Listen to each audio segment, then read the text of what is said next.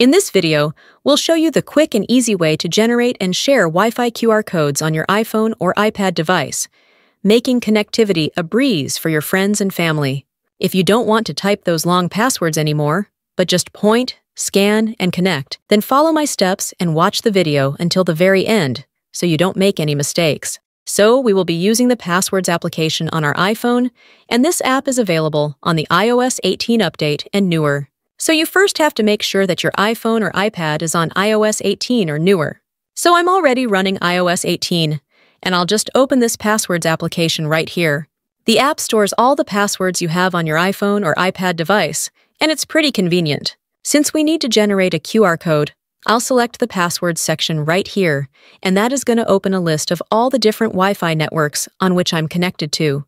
You then want to find a network for which you want to generate the QR code and just tap on it to open the network settings.